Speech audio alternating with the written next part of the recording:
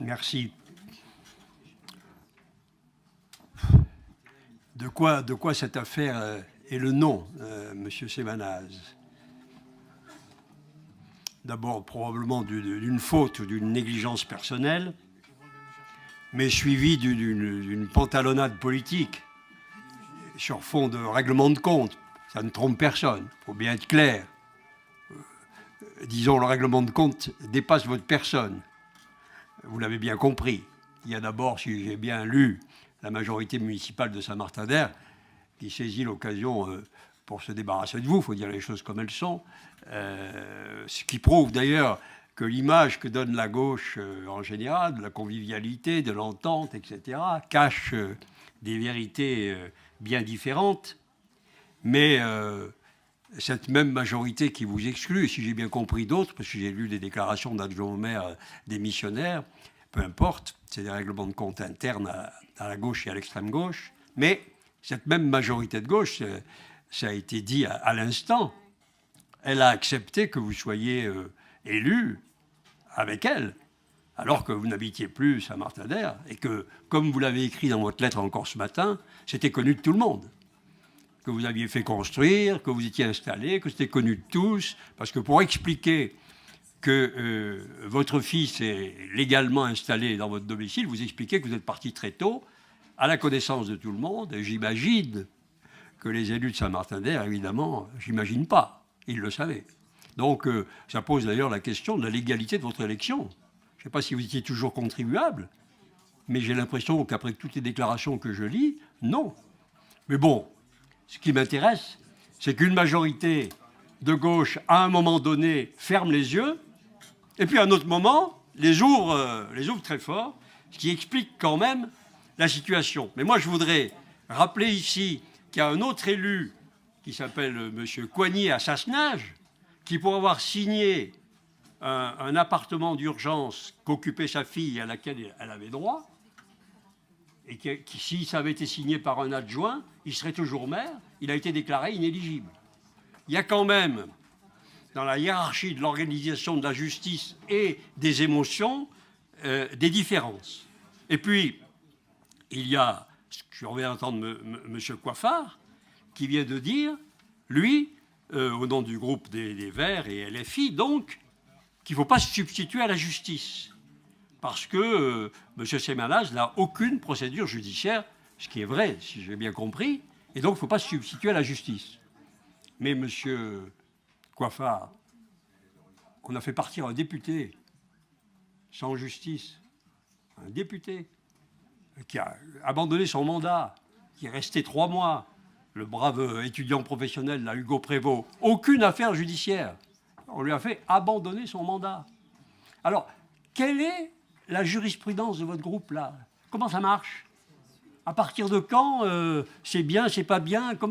Expliquez-nous, là, toute cette vendetta pour les uns contre les autres, etc., et d'autres pas du tout. Il faudrait quand même... Alors, si c'est les affaires judiciaires qui comptent, alors là, il n'y a pas de problème. Effectivement, je crois que vous avez raison, il faut se mettre à l'état de droit, mais il n'y a pas... Alors là, les affaires judiciaires de membres du Conseil métropolitain, il n'en manque pas.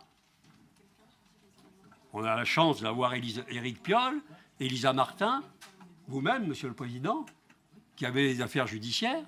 Donc dans ce cas-là, il faudrait que toutes les personnes qui ont des affaires judiciaires, il y a aussi Klaus Hampas, pardon, j'ai oublié, qui a été condamné en première instance et qui est en appel.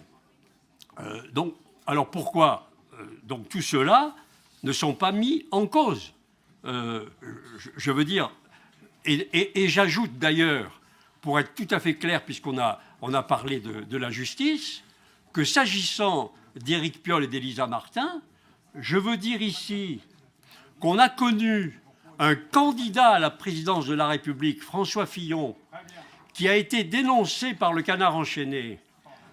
1 mois et demi après, il était mis en examen et abattu en pleine élection présidentielle. Et on a là 2 élus, M. Éric Piolle et Mme Elisa Martin, qui ont été mis en cause par le Canard enchaîné. Il y a eu une ouverture derrière il y a 1 an, et ni l'un ni l'autre n'ont encore été entendus par la police judiciaire. Il y a quand même un problème de fonctionnement de l'état de droit et de la différence entre les uns et les autres. C'est ça aussi que je voudrais aborder ici pour expliquer qu'on a connu ici un procureur adjoint qui est resté 10 ans et qui a participé ensuite à la campagne d'Éric Piolle en 2014. On a donc eu une justice instrumentalisée, militante, qui a été capable de choisir des cas, de sélectionner, d'avancer dans certains dossiers et de pas dans d'autres. Alors, je voudrais dire aussi, au vu de ce qu'on a entendu ces jours-ci, des propos des procureurs contre des leaders nationaux, peu importe, des condamnations effectivement avec exécution immédiate sans que l'appel puisse être entendu. Même Jean-Luc Mélenchon dit que c'est quelque chose qui n'est pas admissible, mais peu importe. En tout cas, il y a bien une justice à deux vitesses. Et, Monsieur le Président, pardonnez-moi, mais je suis contraint d'évoquer aussi votre propre dossier. Je le fais avec prudence. Mais bon, votre dossier est aussi à Valence, si j'ai bien compris, qui semble une sorte de cimetière. Je ne comprends pas pourquoi Christophe Coigny n'a pas bénéficié de Valence. Il a été jugé ici, lui, si j'ai bien compris. Alors qu'il y a certains élus pour lesquels c'est décentralisé, ça part dans une sorte de gouffre qui dure un certain temps. Pour Éric Piolle, la première affaire était de 2018, il a été jugé en 2022, il a pu passer les élections municipales. Et là, si ça continue, la nouvelle affaire Elisa Martin-Éric Piolle, elle peut peut-être se dérouler après les élections municipales. Il y a quand même des problèmes. Alors la vôtre, bon, elle existe. Moi, pour vous dire franchement, je déteste la délation, même abritée derrière l'article 40. Voilà, c'est une position très personnelle. Hein. Yann Mongaburu a été pendant 6 ans à vos côtés. Il n'a pas vu pendant 6 ans l'utilisation éventuellement abusive de votre voiture. Il ne l'a pas vu. Ça lui a échappé totalement. Mais 3 mois après qu'il ait été battu, et ça lui est venu. Il est allé chez le procureur. Alors écoutez-moi, l'article 40 comme ça, effectivement, on n'a pas la même conception, absolument pas la même conception des choses. C'est pas un truc, voilà. Vraiment, je le dis tout de go, c'est pas mon truc. Et votre chef de cabinet qui collationne les autoroutes, les repas, les machins, et qui ensuite, après une réflexion de 6 mois, indique que par instinct, il a une éthique qui lui fait porter ça. Tout ça, pour moi, c'est vraiment du règlement de compte politique. Il faut bien se dire ça, abrité derrière une configuration judiciaire. Moi, en tout cas, les histoires de voitures, moi, ce que je ne reproche pas l'utilisation de voitures, que vous ayez une voiture, y compris qui ne soit pas de service, mais de fonction, ça ne me gêne absolument pas, parce que je ne pense pas que les élus de ce niveau doivent se passer de moyens de travailler. Éric Piolle avait expliqué au conseil municipal que de temps en temps, il utilisait une voiture avec chauffeur pour aller à la préfecture de Lyon parce qu'on stationne mal. Bah, écoutez, dites-le aux commerçants de Grenoble, qu'il y a des endroits où on stationne mal. Oui, dites-leur, expliquez-leur. Parce que, non, mais moi, ça ne me gêne absolument pas, c'est pas mon sujet. Mon sujet, c'est que les mêmes sont anti-voiture. C'est que les mêmes expliquent qu'en tout cas, il ne faut jamais l'utiliser. Moi, personnellement, je ne me suis pas battu pour le synchrotron, pour ST Micro ou pour le musée de Grenoble. Je ne suis pas allé les chercher en vélo. Ça, c'est sûr. Ces sujets-là, il y a des moments où on a besoin de voiture. Donc, moi, je vais vous dire, à titre personnel, je vais même ajouter une chose. Pardon d'être long, mais c'est un sujet quand même qui est important, puisqu'il y a 3 vice-présidents, enfin 2, qui sont concernés. Mais moi, je vais vous dire à titre personnel, moi, j'aime pas imiter la gauche, comme dirait Lucchini, j'aime pas présenter mon bon profil. Moi, j'ai pas de voiture depuis 25 ans, parce que j'en ai pas besoin. Voilà. Parce que je suis tout seul, j'ai mes rendez-vous tout seul, je m'organise tout seul. La voiture et le train, je suis de l'autopartage depuis le début, et je prends le train. Et quand j'ai besoin d'une voiture l'été, je la loue. Est-ce que vous m'avez entendu dire ça une seule fois de ma vie? Pourquoi? Parce que ça veut rien dire. Si on est artisan, commerçant, profession libérale, qu'on est mère ou père de famille, qu'on a des familles à transporter, qu'on a un besoin de voiture, eh bien on l'utilise. Ça ne veut rien dire. Donc, vous voyez, je ne suis vraiment pas de gauche. Ce n'est pas mon côté, présenter le bon profil, etc., et dire je suis le meilleur.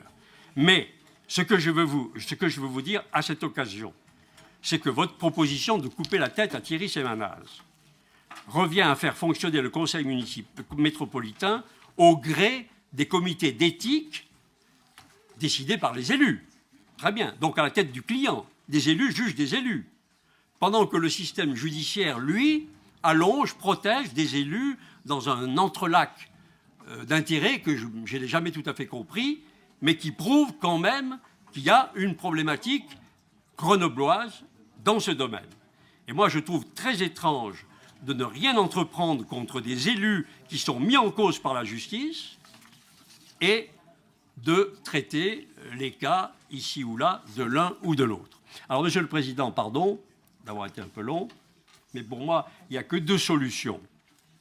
Ou bien Elisa Martin, Thierry Semanaz, Klaus Abfast, qui est en appel après une condamnation de première instance, Éric Piolle, qui devrait s'être démis lui-même de ses fonctions après avoir signé la charte anticorps, il devrait déjà s'être démis pour avoir signé cette charte, et vous-même, vous annoncez tous vous mettre en retrait compte tenu de ce qui est jugé ou de ce qui est en cours en matière judiciaire.